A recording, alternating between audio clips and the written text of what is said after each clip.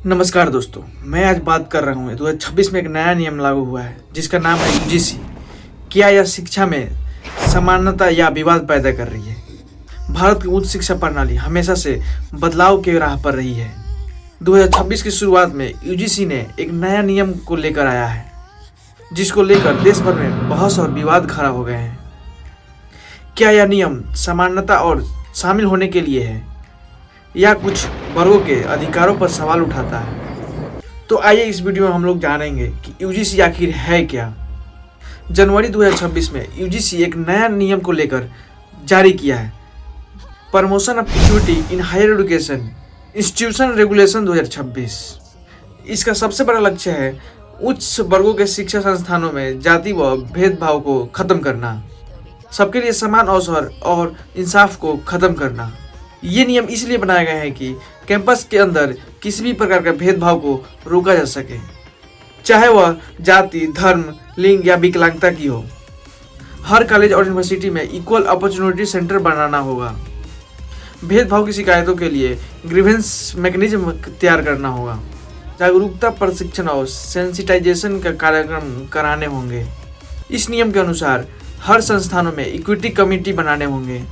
इसमें SC, ST, OBC और विकलांग प्रतिनिधि भी शामिल होंगे। समिति के शिकायतों का निवारण करना होगा और रिपोर्ट बनानी होगी। इन्हें यूजीसी को सालाना रिपोर्ट भी तैयार करके भेजना होगा ताकि इस नियम का पालन सीधे तरीके से हो रहा है या नहीं हो रहा, यह सुनिश्चित करने के लिए। अब हम बात करेंगे कि यूजीसी का नियम उल्लंघन करने पर क्या होगा। अगर कोई संस्था इस नियम का पालन नहीं करती है तो यूजीसी उसे क्या सजा देगी? सरकारी स्कीम से हटाया जा सकता है, डिग्री प्रोग्राम रोका जा सकता है, यहाँ तक कि उस कॉलेज और यूनिवर्सिटी की मान्यता का भी रद्द किया जा सकता है। यह नियम केवल सलाह नहीं है बल्कि यह नियम कानूनी तौर पे सलाह दिया गया है। इसके बारे में देश में बहस क्या हो रही है? यह नियम भारत में विवाद का भी विषय बन गया है।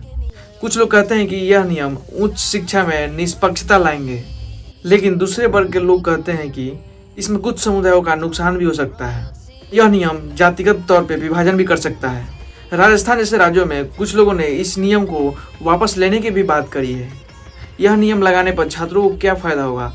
सभी छात्रों के लिए समान अवसर, भेदभाव को रोकने के लिए एक अस्थायी सिस्टम बन जाएगा, संवेदनशील और जागरूकता बढ़ेगी। कुछ लोगों में चिंता का डर ये बन गया है कि लोग मानते हैं कि भेदभाव का परिभाषा स्पष्ट हो गया है।